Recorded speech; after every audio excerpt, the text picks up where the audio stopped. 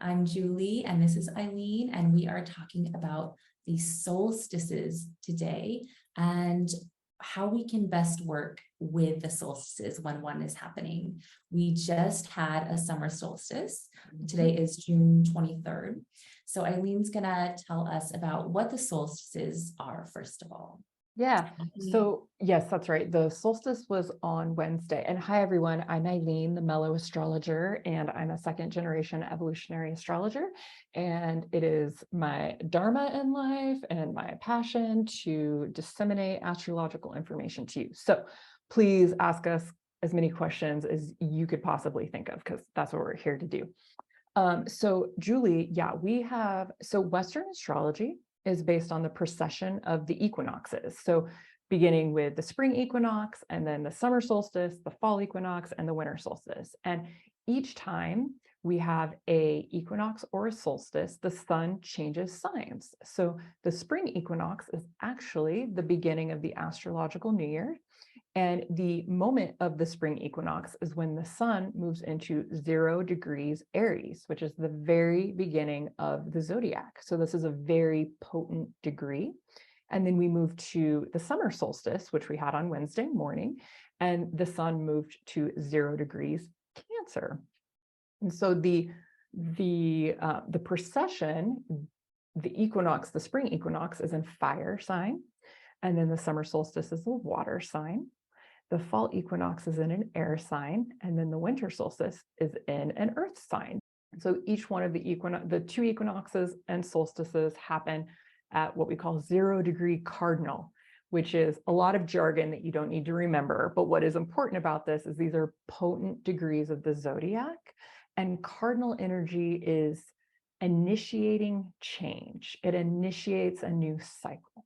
And we know this to be true because we can just feel it. Each time the seasons change, whether or not we feel the season change on that exact day at that exact time, each season we feel differently.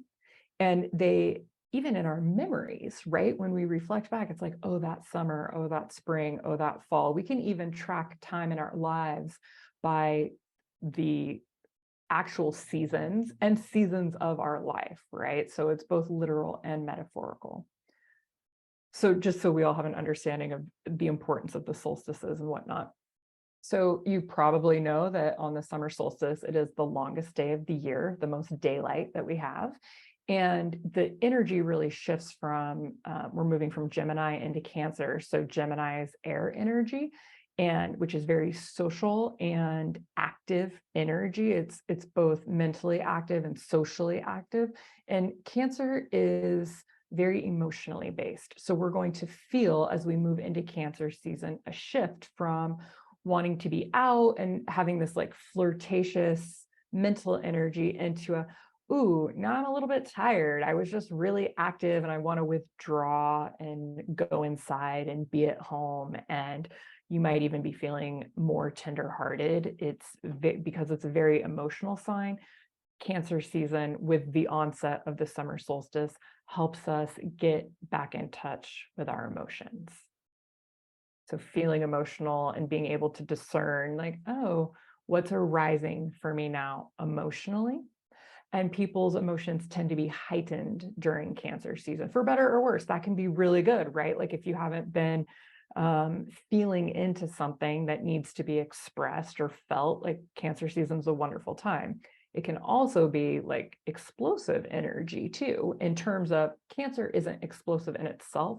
What I mean is that if there are emotions that need to be expressed, they can be expressed with exaggeration because it is such an emotional sign. Right? So the summer solstice actually marks, like the exact minute of the solstice is the exact minute that the sun moves into the sign of Cancer. Okay.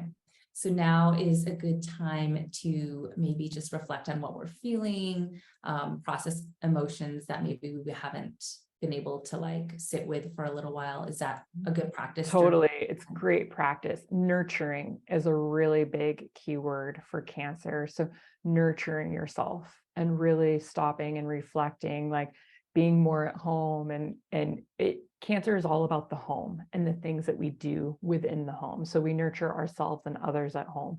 We cook for ourselves and others at home. We are finding safety and reprieve and rejuvenation at home, right? So again, generally, there are a lot of people who don't do that at home or don't have that luxury, but in an idyllic world, that's what we're doing when we're at home. So these are the themes of Cancer. And really, it's Cancer's the hermit crab. It's the hermit of the zodiac. So it needs solitude. It needs to go within because it's processing emotionally. Okay, so that can be challenging for people, especially as summers begin. So how do we balance, like, because during summer, everyone wants to be out, people are traveling on summer break or whatever. So how do we balance all of that with like the Cancer season energy and recommendations? I love it. It's a fabulous question because for as much as everybody loves to be out during summer, and there are those of us who are extroverted, have a lot of fire energy, and we just like feed off of it. But then there are others, like I just got a message from my cousin. We're trying to coordinate a time and it's like to see each other. And it's like a little bit overwhelming because there's so much going on and there's only so many weekends that she can get up to the cabin and all right. And the kids are home. And so again, it goes back to nurturing. And are we nurturing ourselves through this very busy time? Because we love to be busy. We love the activity of summer. Most of us do, right? We look forward to it. But if you're not attending to your basic needs, then you're going to be, you're going to feel frenetic. You're going to be overstimulated. You're not going to enjoy it as much. You're going to burn yourself out. So basic needs for solitude to like recharge your battery, your inner battery, and then eating well is a really important thing to do. And, you know, during the summer, we tend to like see our families more or do things that can be, because we're doing things that are fun, hopefully, but also not within, it's not like the typical things that we do throughout the year, right? And when we deviate from our routine, that can be stressful for any number of reasons. It can be stimulating and exciting, but also it's like, oh man, I just drank wine every night for the last week on vacation. And now my body is like, oh, hell no. Right. So whatever it may be. And so like really attending to that, or, oh yeah, I just took a family vacation and I got triggered 3 times a day for a week. Now what do I do with that? Right. So thinking about like the emotional body and how do you need to attend to you? Like Julie, how does Julie attend to Julie? And only you know what you need to feel nurtured. But withdrawing, that solitude is really important. Like the crab goes into its shell, right? You don't want to go in there for too long. You don't want to avoid, but if it's to help you recharge your battery, it's great. Solitude is great. Even if you are on a family vacation, for sure you can find 10 minutes where you're by yourself, right? Even if it's in the bathroom, you know, just to breathe. Breathing is really good. And being near water during Cancer season, because it is a water sign, it's represented by the crab. And so Cancers tend to really love water and to feel good around the water, and the water can help transmute the energy. To cleanse, exactly. Doing rituals around water, setting intentions around water, journaling around water, all of these things. Drinking a lot of water. Drinking a lot of water, yes, absolutely. That was too obvious. Yeah, I love that because I really have a lot of energy. I want to be out and about. I want to spend time with my family. I want to go on trips during the summer. And all the things you were just saying, like I noticed that if I am not taking my time in the morning to meditate, if I'm not taking the time throughout the busy afternoon to just like have a few moments to myself, I just end up feeling depleted, and then things start to build up. But if I have those moments to just like, you know, disconnect from the group and have it to myself, then I can come back into the group feeling like clear and grounded and like I've taken care of myself, and then I can better be with other people. But I definitely need that time and space of solitude, at least just a few minutes here and there. Yeah, like when I'm camping, sometimes we go on a lot of summer camping trips with my family. And it's like, oh, you know, you're together like the whole time, but like every morning I'll definitely have some time to just meditate. And then maybe in the afternoon, I'll like try to take a walk by myself or just have like a few minutes to myself. And that helps a lot. Yeah. And those are beautiful examples, especially with grounding, because water, this doesn't have to do with the solstice in particular, but water signs generally. And you may not be a water sign. The water signs are Cancer, Scorpio, Pisces, and I missed one. Did I miss one? No, that's it. So the water signs are, if we think about water, I often give this example to my water clients. We all have water in our chart somewhere, even if you are not a water sign. So what I'm saying pertains, okay? So when you think about like your little mason jar that you're drinking out of, if you were to fill that with dirt and you filled another one with water and you knock it over the one with dirt and you knock over the one with water, the one with dirt, the dirt just kind of spills out, but it's mostly there. It probably wouldn't even necessarily, depending on the height, most of the dirt wouldn't even fall out of the jar. But you knock over a jar of water and the water goes everywhere, like everywhere. And if you don't get to it soon enough, you can find it like so far off, right? It's like trickling into every crack. It's rolling down the sides of the desk. It's everywhere. It's a huge mess. And this is very symbolic for how the elements function. So water energy, and we can feel this during water seasons. Again, that's Cancer, Scorpio, and Pisces. We can really feel as though our emotions are just everywhere and they are not contained, because water is not contained.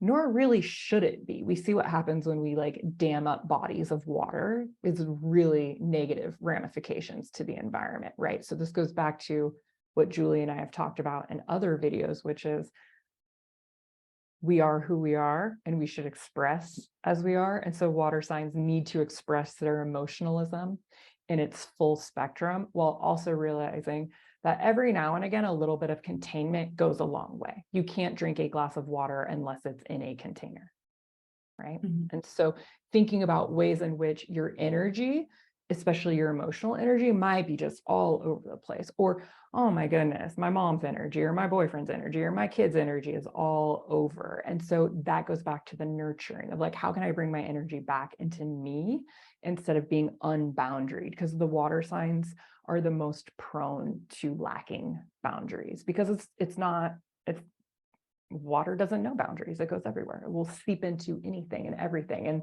that's why everything's growing on the planet, right? So we have these beautiful benefits of water having no boundaries. And then also like no one wants a flood or a mudslide or any of these things that happen when water is not contained, right? So if we think about these symbolically, again, I love nature as representing all of this because nature is inherently truthful. We can argue all day long about all kinds of things, astrology included, but you can't argue what we see, what we can observe on a regular basis from nature, right? Yeah, that's a really good way of saying it. I've never thought of it like that. Thank You you. can't argue with nature. It's just showing what is. And Mhm. we are nature. And I think the more that we can kind Yes. of lean into our natural tendencies and also know how to work best with them, then we just, yeah, we just live a little bit more smoothly. Our lives tend to go a little bit more smoothly. Yeah. Aligned. We're aligned. We're aligned with the cosmic energies. We're aligned with divine. We're aligned with our own truth and our own highest values.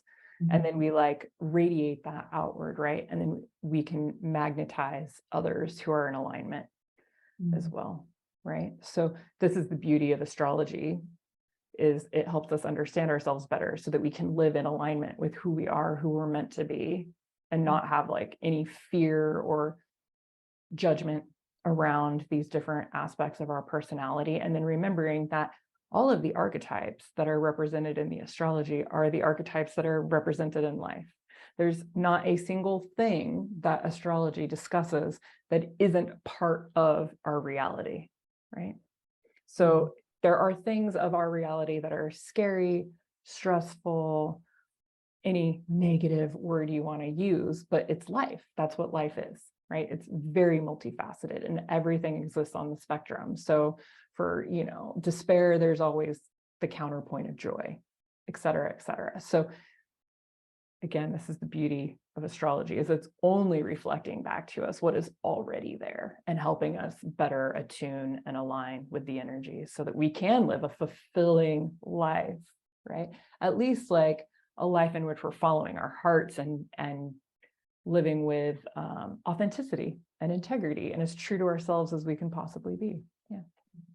Yeah, I love that. I think that's a great way to end this episode or this chat. So the summer solstice, nurturing. That's the key word for Cancer season and the summer solstice is how are you going to nurture yourself? And also I would add, summer is when we're reaping the harvest of our hard work, right? It's all the yummy, juicy foods are like ripe and want to be eaten. And this is why Cancer is one of the signs that represents food. And we nurture through food. So using food to nurture yourself and nurture others, and really thinking of the symbolism of this time of bounty, right? Like, where do you want to see bounty in your life? Or where is there bounty in your life? If you're like me, I'm a Capricorn, all I see is what I haven't achieved, what I ain't got. Capricorn is one of the signs of scarcity, right? So our predisposition is toward what do I need to do? But really reorienting during Cancer season is helpful toward what bounty do I already have? Which trees are like ripe with all of this fruit in life? Because again, we all have areas in life where we are successful or abundant. That's a good word, abundant. Where are we abundant in life? Yeah, I think that's if we could leave people with like a journaling prompt. I love journaling or like a reflection prompt. I think those are two really good ones. Like, how can I make sure to nurture myself this Cancer season amidst the busyness of summer? So how can I nurture? And then what was yours? You just said a really good one. Where do we have abundance? Where is there abundance in your life? Yeah. So how can we celebrate the abundance that we already have? Yeah. And use it to nurture ourselves and others. Because Cancer, it's not even just where do we nurture ourselves? Like, if you start journaling on that prompt and you're like, I don't know what I need to be nurtured. Because this often a lot of people have no idea. I don't know. Well, how do you nurture other people? How do you nurture your significant other and your children? That's how you want to be nurtured, right? It's like a direct portal into your own psyche. So what are you doing? Like, what comes naturally to nurture others? Because this is the Cancer archetype, it's family. So nurturing ourselves to nurture others, right? Keeping the family system safe and happy. Yeah, that's really interesting. This came up because last night, yesterday felt super busy. I felt like my mind was everywhere. I had so many things to do. And I was like, okay, I don't have time to make dinner. I had to go to dance practice. I wasn't feeling good. I was a little sick.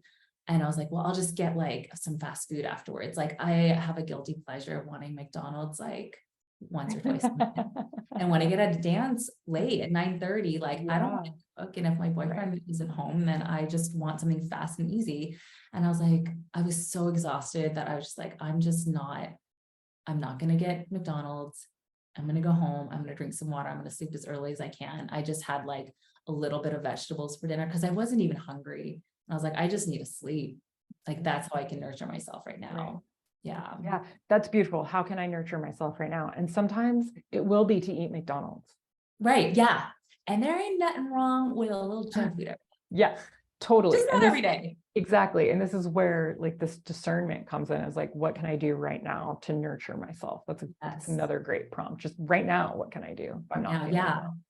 Yeah. And another thing that I did was I was supposed to hang out with one of my friends today after this, and I'm feeling better, but I'm still like, I'm not 100%, and I don't want to make myself worse because I have another rehearsal on Sunday. And I was like, I just need to take a rain check. And she's totally fine with that. She's like really open next week.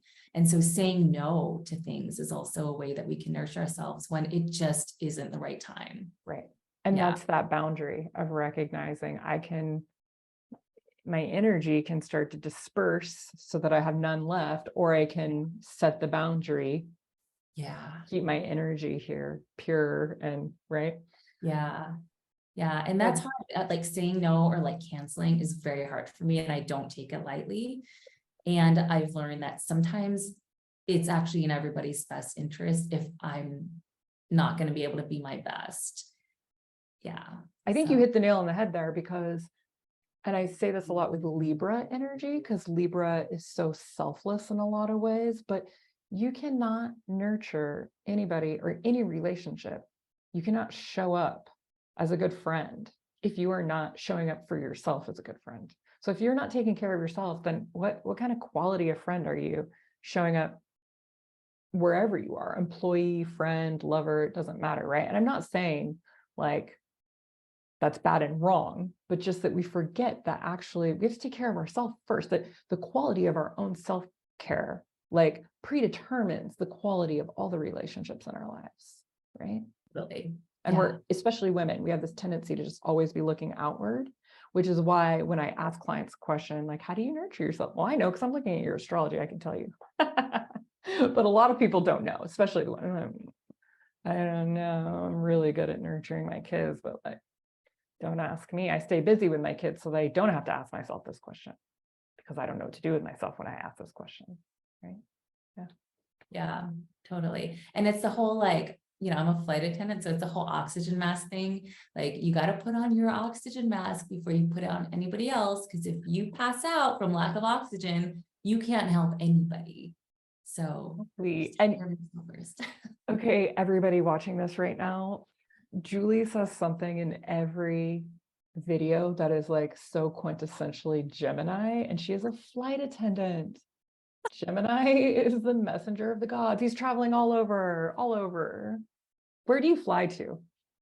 Where do I fly to? Do you fly like domestically or internationally? Last week I flew to Japan, which was really fun because I just like to go shopping and buy all my favorite foods. I don't know if I told you, I used to live there. My dad was in the Navy, so it's always nostalgic for me to go back. That's amazing. Do you speak Japanese? Very little Scotia. No, I studied Spanish in high school, and so I learned very little. I knew enough to get around when I would go off base, but I don't speak it. Little words. So I'm going to leave everybody with an astrology 101. So Sagittarius energy. Sag is the international explorer and adventurer and traveler, and Gemini is like the domestic local explorer. It's like our local community. So it would be like flying domestically, but you're a flight attendant. So you are like ushering people along their travels, right? Which is very Gemini-like. And so as we do these videos, I will point out, because we can see, not just because I want everybody to see Julie's Gemini energy, but to, as I said in a previous video, it helps us to see how people express it more than it's great for me to describe it to you, but seeing it in action helps us see it in the world and to identify it in our friends and loved ones. And this is leading me to think that I need to like study your chart a lot more, because I haven't looked at it in a while, so that I can start being like, that was this and this is this as we're talking, pointing it out for folks. Anyway. You did tell me that I have a Sag moon. Oh, well, there you go. I'm not surprised. Okay. Thank you so much for tuning in, everybody. I hope that you enjoyed this very enlightening discussion with astrologer Eileen Mello. Thank you so much for sharing all of your knowledge with us. This was a lot of fun. Thank you. Yeah, tell us your YouTube channel and how people can find you. Yes, my YouTube channel is @Mello Astrologer, MELLO Astrologer, and my website's eileenmello.com, and we'll link it in the caption of the video. And I have a bunch of freebies for you all that I think you love. I have an electronic calendar and a Mercury retrograde survival guide, so I'll link to those also. I love free things too. Right? Yeah, I think I'll make this won't be a YouTube video, but I think I'll also turn it into like a podcast episode. Yeah. Be really, just nice to have it on both. Lovely. But for those of you unfamiliar with me, I'm Julie with Rainbows Are Circles. And this is my YouTube channel, Rainbows Are Circles. And the podcast is also called Rainbows Are Circles. And my website's rainbowsarecircles.com. Okay, that's enough. That's enough saying that. Thanks for tuning in, everyone. And if you have questions, comments, leave them down below if you're watching on YouTube. Absolutely. Thank you. Bye. Bye.